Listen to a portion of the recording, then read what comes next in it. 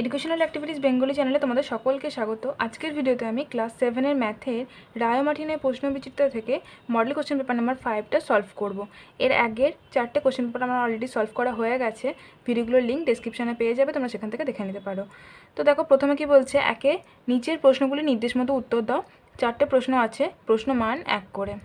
প্রথম প্রশ্ন, 2:5, 7:8, 5:9 অনুপাতগুলির মিশ্র অনুপাত নির্ণয় করো।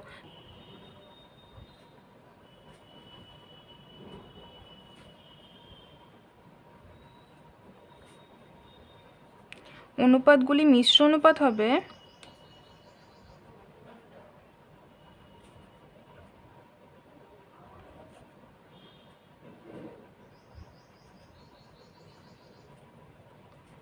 2:7:5, 2:7:5 অনুপাত 5:8:9 ইজিক্যাল টু 7×5 35, 35×2 70 অনুপাত 5×8 40, 40×9 গুণ করলে হবে 360। একটা শূন্য অফ দিয়ে লিখবো, তাহলে 7:36। তাহলে এটাই হবে নির্ণয় মিশ্র অনুপাত, ওই অনুপাতগুলি। 2 নম্বর প্রশ্ন, সঠিক উত্তরটি নির্বাচন করো। XYZ ক্রমিক সমানুপাতি হলে 4টে অপশন দেওয়া আছে, কোনটা অ্যান্সার হবে? XYZ ক্রমিক সমানুপাতি, তাহলে আমরা কি লিখতে পারি? X অনুপাত Y সমানুপাত Y অনুপাত Z, বা আমরা লিখতে পারি X/Y সমান সমান Y/Z। এবার যদি কোনাকুনি গুণ করে তাহলে কী পাবো? দেখো, X গুণ Z সমান সমান Y গুণ Y, বা Y² একবারে লিখলাম, বা সাইড চেঞ্জ করে লিখলে Y² সমান সমান X ইন্টু Z। এখানে দেখো আমাদের অ্যান্সার হবে option B, Y² equal to ZX। X গুণ Z আর Z গুণ X তো একই জিনিস। বি,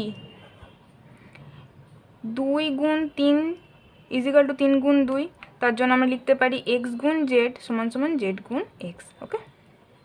3 নম্বর প্রশ্ন, গুণ করো। -2 × mn × 1/6 × m² n² × 13 × m⁴ × n⁴ -2 ×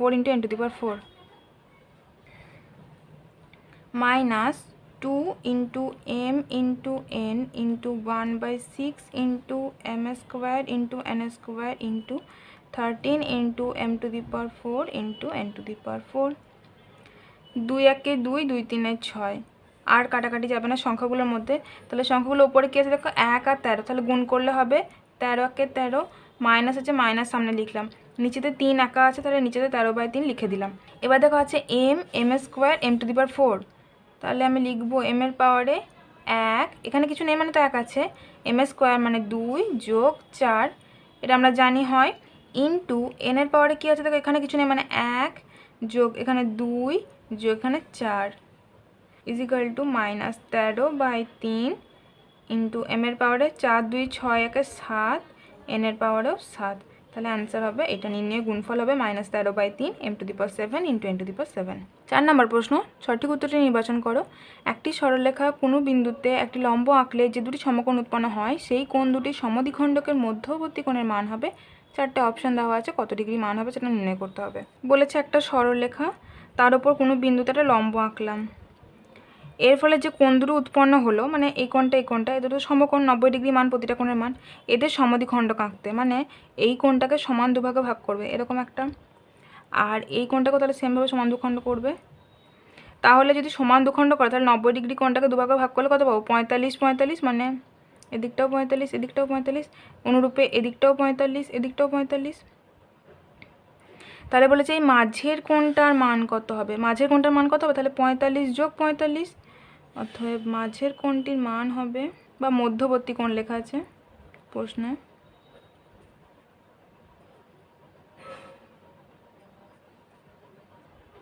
-45 degree যোগ 45 ডিগ্রি সমান সমান 90 ডিগ্রি। অ্যান্সার আছে অপশান এতে। 4 প্রশ্ন দেখো, অ্যান্সার অপশান এ 90 ডিগ্রি। 2 নম্বর প্রশ্ন, যে কোনো দুটি প্রশ্নের উত্তর দাও। 3টে প্রশ্ন দেওয়া আছে, প্রশ্ন মান 2 করে। প্রথম প্রশ্ন, বিনয়বাবু তার অবসর গ্রহণের সময়ে এককালীন 1,96,150 টাকা পেলেন। তিনি 20,000 টাকা বিদ্যালয়ের গ্রন্থাগারে দান করলেন এবং বাকি টাকা স্ত্রী পুত্র কন্যার মধ্যে 5:4:4 এই অনুপাতে ভাগ করে দিলেন। তাহলে কে কত টাকা পেলেন? মোট টাকা পেয়েছিলেন 1,96,150 টাকা। বিদ্যালয়ে দান করেছে গ্রন্থাগারের জন্য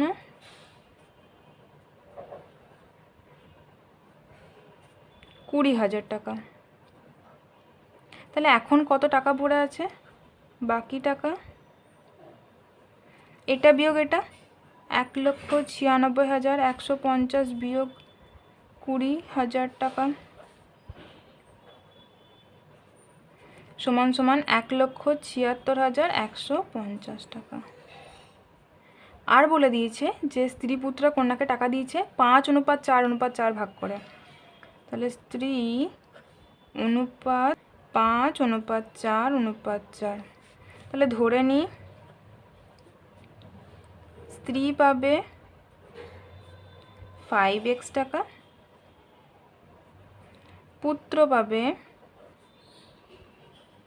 4x টাকা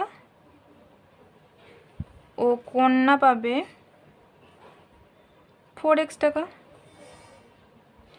বলেছে যে বাকি টাকাটা এদের মধ্যে ভাগ করে দিয়েছে, তার মানে কি এর টাকার পরিমাণ যোগ এর টাকার পরিমাণ যোগ এর টাকার পরিমাণ সমানই তো এই টাকাটা। তাহলে শর্তে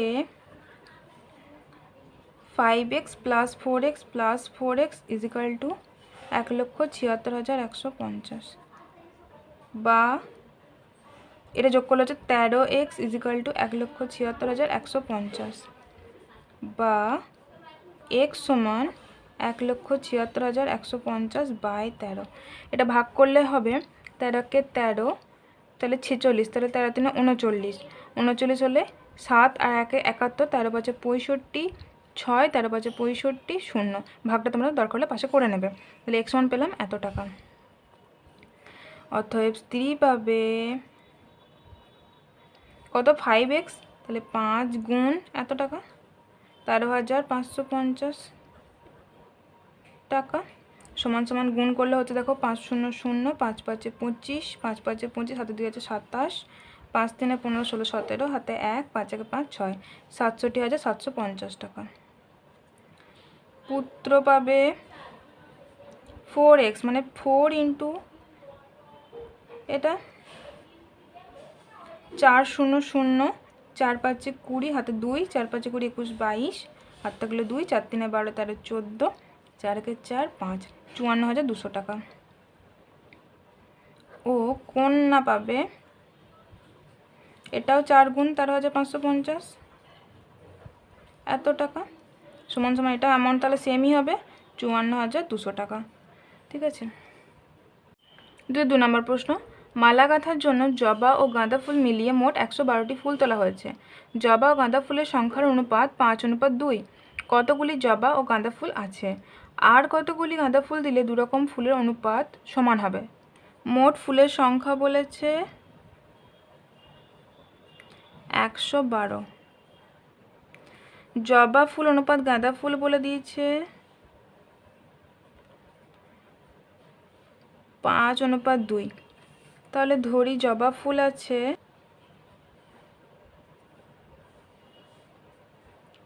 5x ও গাঁদা ফুল আছে 2x। ঠিক আছে। এখন বলেছে তো যে মোট ফুল এত, তার মানে এইটা যোগ এটা সমানই তো এত। তাহলে প্রশ্নানুসারে 5x + 2x = 112 বা যোগ করলে হবে 7x = 112 বা x = 112/7, যেহেতু x এর সাথে 7 গুণ আছে তাহলে ভাগ হয়ে যাবে। 7 থেকে 7, 8 9 10 11 মানে 42 পড়ে আছে, 7 6 42, তাহলে x সমান কত পেলাম? 16টা। অতএব নির্ণেয় জবা ফুল আছে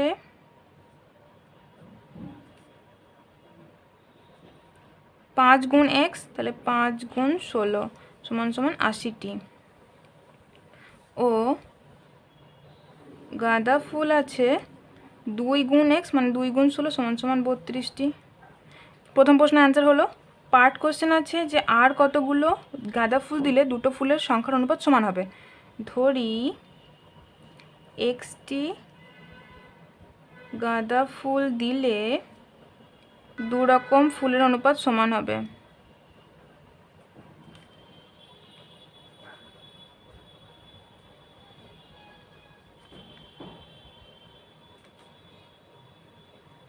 তাহলে অতএব আমরা কি বলতে পারি, জবা কত ছিল 80 অনুপাত 32, গাঁদা ছিল আরও x দিয়েছি সমান সমান 1 অনুপাত 1। বা আমরা কি লিখতে পারি 80/32 যোগ x সমান সমান 1/1।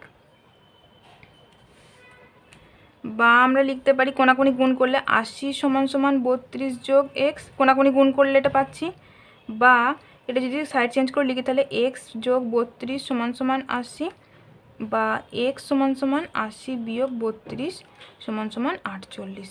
তাহলে x সমান কত পেলাম 48। x কী ধরেছিলাম যে আর কটি গাঁদা ফুল দিতে হবে, অতএব 48টি গাঁদা ফুল দিলে 2 রকম ফুলের সংখ্যার অনুপাত সমান হবে।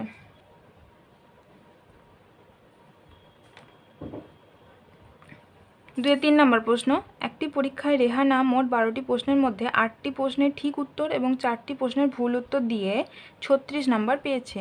প্রতিটি ঠিক উত্তরের জন্য 6 নম্বর পেয়েছে। তাহলে প্রতিটি ভুল উত্তরের জন্য রেহানাকে কত নাম্বার দেওয়া হয়েছে? মোট প্রশ্ন কতগুলো ছিল?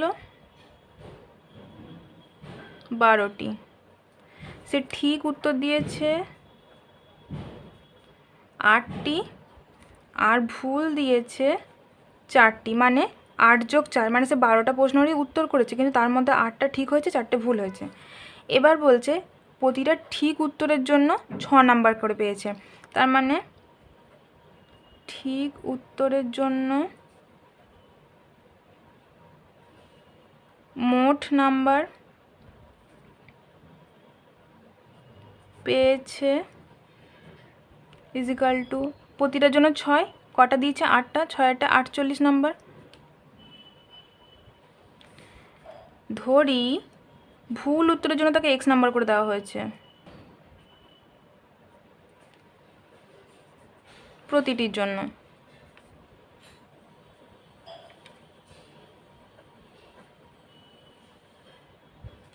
তাহলে ভুল উত্তরে, অর্থাৎ ভুল উত্তরের জন্য মোট নাম্বার পেয়েছে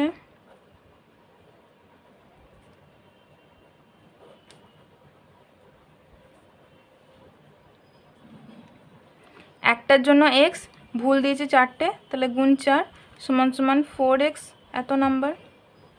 তার মানে যে 8টা কোশ্চেন ঠিক দিয়েছিল তার জন্য পেয়েছে 48 নাম্বার, আর ভুল দিয়েছিল 4টে তার জন্য পেয়েছে 4x। এখন বলেছে সে মোট পেয়েছে 36, তার মানে কি এইটা যোগ এইটা সমানই 36।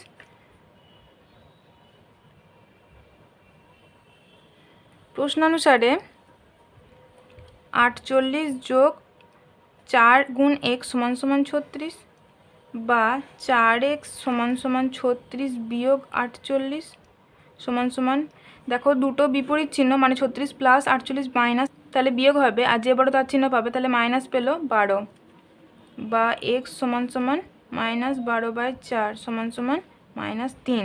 তাহলে x সমান কত পেলাম -3। অতএব প্রতিটি ভুল উত্তরের জন্য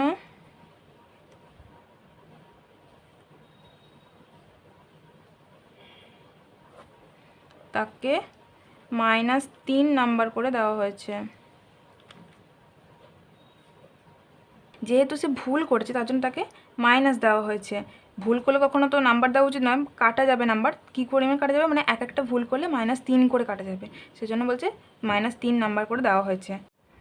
3 প্রশ্ন, যে কোনো 2টি প্রশ্নের উত্তর দাও, প্রশ্নমান 2 করে, আর 3টে প্রশ্ন দেওয়া আছে, দুটো সলভ করতে হবে। প্রথম প্রশ্ন, একটি ত্রিভুজে 3টি বাহুর দৈর্ঘ্য যথাক্রমে x - 9 semi, 3x + 4 semi, 5x + 9 semi. পরিসীমা কত?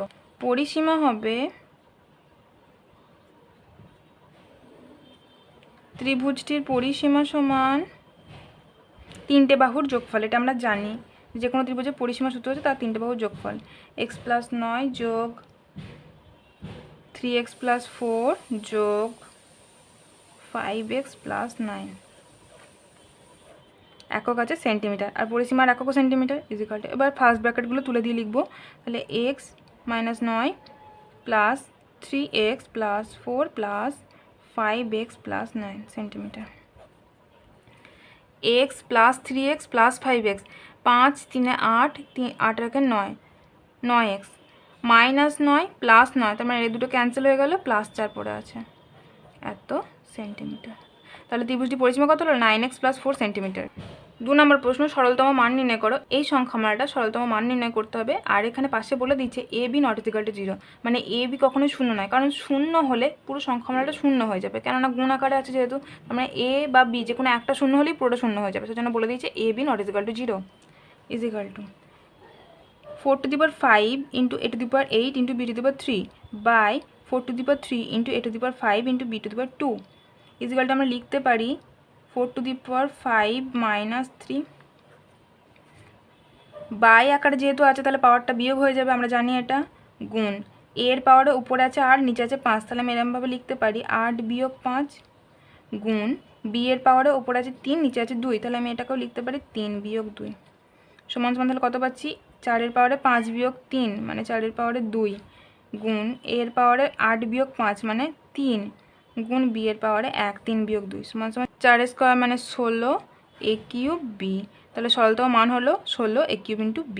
3 নাম্বার, এই যে একটা সংখ্যামালা দিয়ে দিচ্ছে এর সাথে কত যোগ করলে এই সংখ্যামালাটা পাওয়া যাবে, -8x² + 8x + 1, এর সাথে ধরলাম আমি a যোগ করেছি, তার জন্য পেয়েছি -14x² + 11x - 3।